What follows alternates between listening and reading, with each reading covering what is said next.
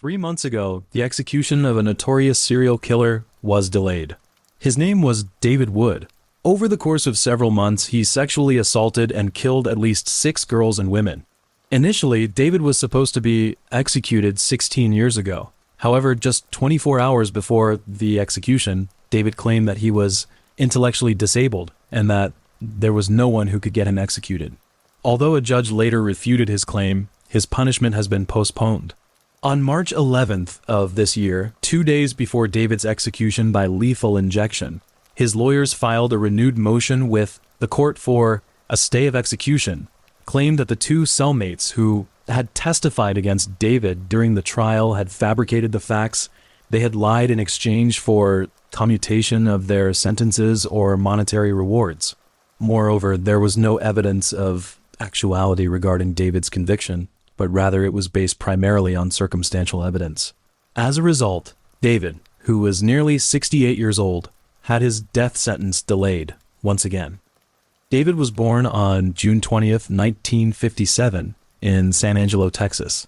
His father, Leo, an electrical company executive. His mother, Betty, a potentially mentally ill woman. David was the second child in a family that consisted of 4 siblings. In the 1960s, due to a job change, Leo moved with his entire family to a posh neighborhood in El Paso. This affluent family appeared to be happy. However, after arriving in El Paso, Betty turned the entire family into chaos. For she gradually shows signs of mental illness, was unable to take care of the children, and frequently argues with Leo. Later, Leo sent Betty to a psychiatric hospital where she undergoes electroconvulsive therapy. David and his siblings also enjoyed a short break. For these poor children, their father was so busy that he had little time to accompany them, and even beat them with a paddle. The once gentle and beautiful mother also became neurotic, made the family chaotic. After a few months, Betty was allowed to return home, although she was still required to take psychotropic medication. However, she later became dependent on these psychotropic medications, which led to renewed arguments between Leo and Betty. Because of his inability to pay attention to his 4 children, Leo sent David and his siblings to a relative's home in Chaparral, New Mexico, and even allowed them to spend time in foster homes.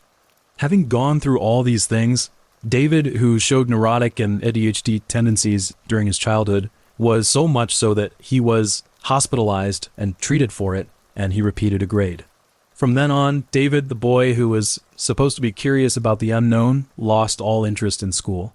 Later on, David claimed that he was sexually attracted to girls from a very young age and even had sex with a girl when he was 12 years old.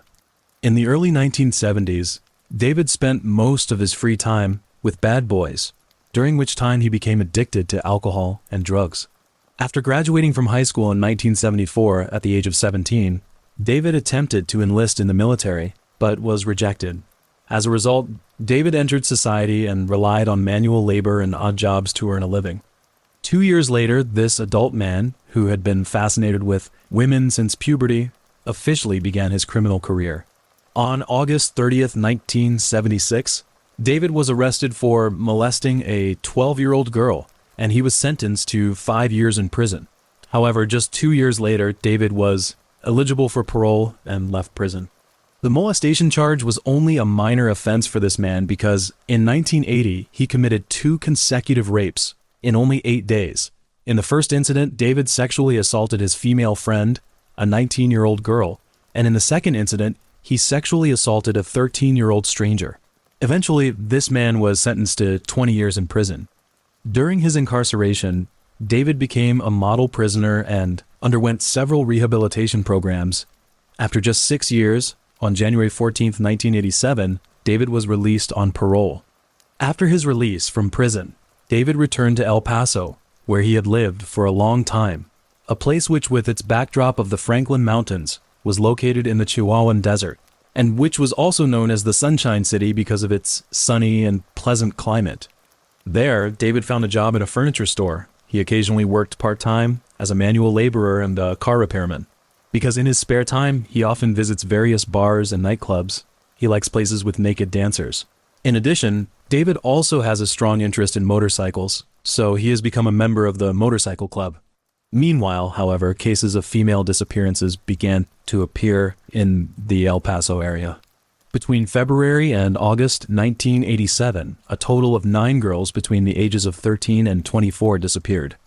On February 14, 1987, 14-year-old Alice told her mother that she was about to go to the local Veterans Park to attend the Valentine's Day party with the promise that she would be home by 10 o'clock at night.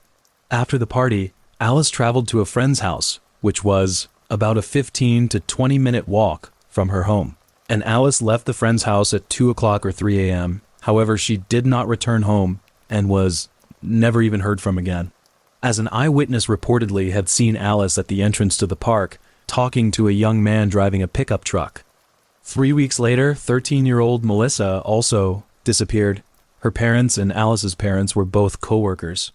On the day of her disappearance, Melissa was playing video games at a convenience store. Furthermore, 2 weeks prior to Melissa's disappearance, she had run away from home after a family argument. On that occasion, she had returned home after only 2 days. No one expected that on March 7th, after Melissa left home, she was never seen or heard from again. On June 2nd, 15-year-old Wheatley headed to school. Later that night, Wheatley asked her mother if she could go to a graduation party with her friends. Her mother agreed, but ordered that she had to be home by 8:30 p.m. and she needed to be accompanied by a friend. With her mother's permission, Wheatley and her friend headed to the local Veterans Park, the same one Alice had been to on the day she disappeared. After the party, Wheatley and her friend walked to a convenience store, just a few minutes' walk from Wheatley's home. A witness then saw a tall, blonde, tattooed white man following Wheatley and her friend, and at 9:45 p.m., Wheatley got into the man's pickup truck, and then Wheatley was never seen again to that point. On June 10th, 20-year-old Karen was reported missing. She was last seen on June 5th in the vacant lot of a motel. However, this case was more suspenseful because of conflicting accounts from Karen's mother and witnesses. Karen's mother claimed that Karen was abducted and taken to Mexico. On June 28th, at 9:22 p.m., 19-year-old Cheryl was at a store helping a friend buy cigarettes, and a witness later saw Cheryl sitting in David's pickup truck in the store's parking lot talking to David, and the girl was never seen again. On July 3rd, 17-year-old Jeanette was reported missing. The girl had been repeatedly running away from home since she was 12 years old, and often not returning home for days or months. At the age of 15, Jeanette chose to drop out of school and work as a dancer at a bar frequented by David. In addition, during the investigation, the police discovered that on the day of Jeanette's disappearance, she had been invited to take a ride on a motorcycle by a man. On August 20th, 24-year-old Maria, her parents contacted the police. They claimed that 8 days earlier, Maria had gone to Ciudad Juarez to visit her sister, and in the evening, Maria drove to El Paso to buy stamps. The next day, Maria's Ford automobile was found abandoned on a street. Her belongings were still inside the car, even after a whopping 9 days had elapsed. In early September, 14-year-old Smith was reported missing by her family. She had gotten into an argument with her parents and left home back in June and said she would never come home. In fact, the girl remained in contact with some family members until August 28th, when she was never heard from again. On September 4th, El Paso Water Company workers found the remains of a female in the northwestern desert. The police arrived at the scene quickly after receiving the report. As they searched the area, they also found the remains of another body in a shallow grave about 100 meters away. After investigating the clothes and personal effects of the deceased found at the scene, the first body was identified as Maria. Her cause of death was initially determined to be strangulation. The second was identified as Karen, whose cause of death could not be confirmed due to severe decomposition. On September 19th, police were contacted by Judith, a sex worker and drug addict residing in El Paso, who provided officers with a significant tip that one day between July 26th and August 7th, Judith encountered a young man who lured her into his pickup truck under the pretense of giving her a ride home. However, on the way, the man did not follow the prescribed route, explained to Judith that he would drive her back after visiting a friend. He then parked outside an apartment building and entered the building alone. After about 3 minutes, the man returned with a rope. Judith claimed that he then took her deep into the local desert, which was in the opposite direction of her home. He explained to her that there was a batch of cocaine buried there and he had to pick it up. Soon after, he stopped the pickup truck and asked Judith to get out of the car. Then, he took out a blanket and a shovel from the back of the pickup truck, pointed a gun at her, and tied her to the car. After digging a hole, he began to sexually assault Judith and tried to strangle her. Fortunately, some passers-by were approaching their position, and the man was forced to interrupt the action. After that, he took Judith to another place in the desert, pointed a gun at her again, and sexually assaulted her. However, several passers-by interrupted his behavior again. After completing her testimony, Judith marked on a map exactly where she had been attacked and was asked to look at photographs of 5 criminals who had been convicted of similar offenses in the past. One of them was David, whom Judith had no hesitation in identifying as her assailant. On October 20th, a hiker found the remains of Wheatley and Smith buried in 2 shallow graves, in close proximity, approximately 1.5 kilometers from Maria and Karen's graves, a location that was highly consistent with the area where Judith testified that she had been attacked by David, and thus making David a prime suspect in these murders.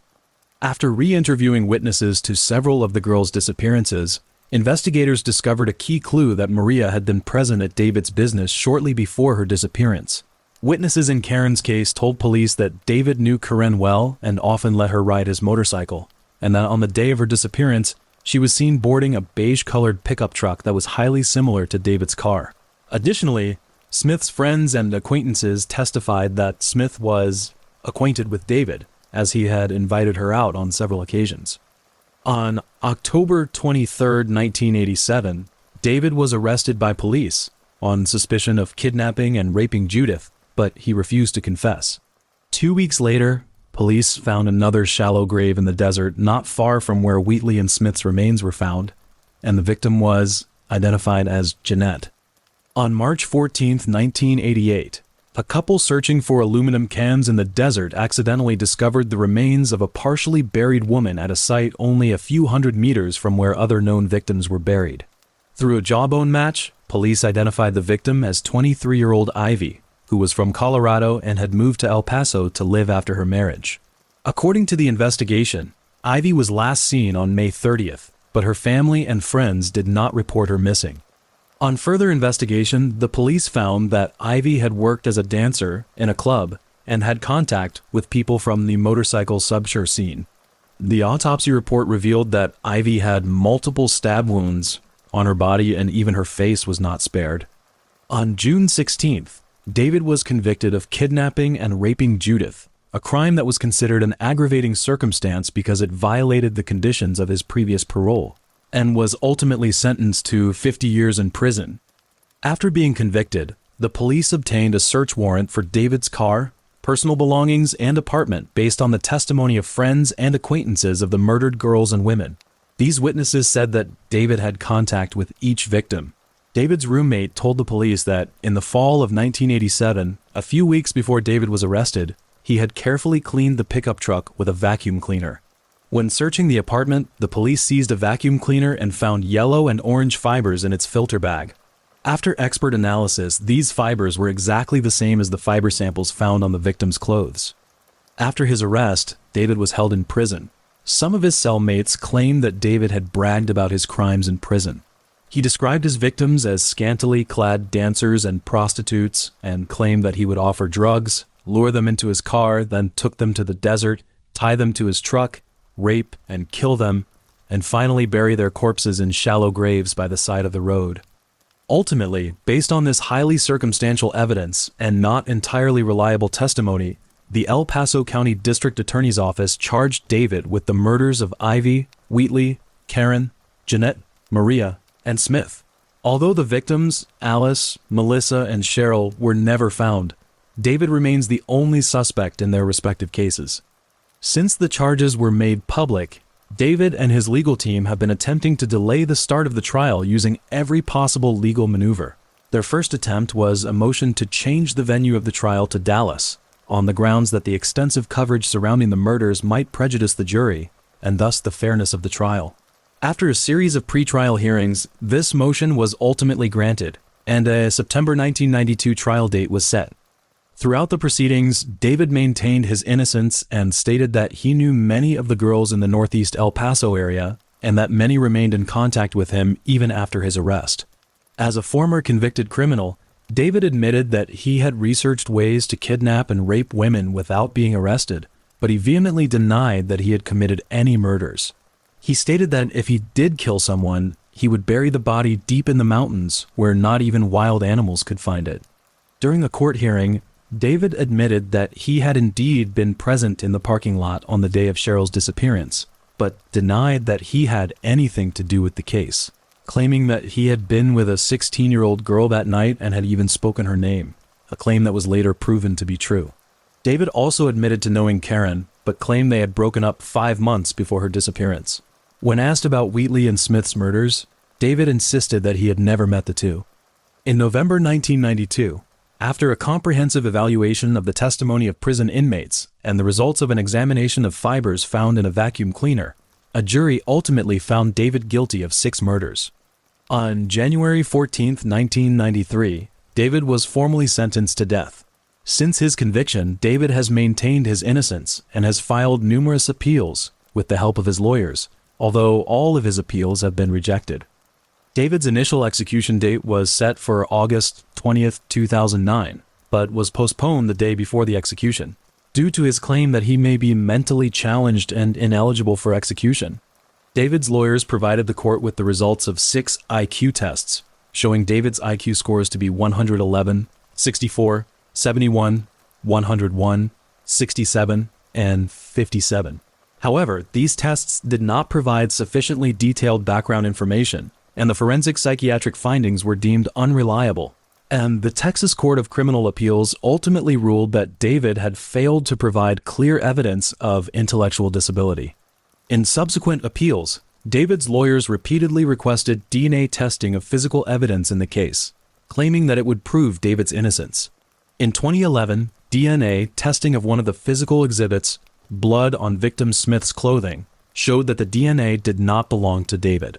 However, the Texas Attorney General's office objected to further DNA testing, arguing that it was a deliberate means of delaying David's execution. In 2024, the court ultimately ruled that David's request for DNA testing was unreasonably prolonged and denied his petition. On March 11, 2025, the Texas Court of Criminal Appeals again stayed David's execution just 2 days before the original March 13th execution date.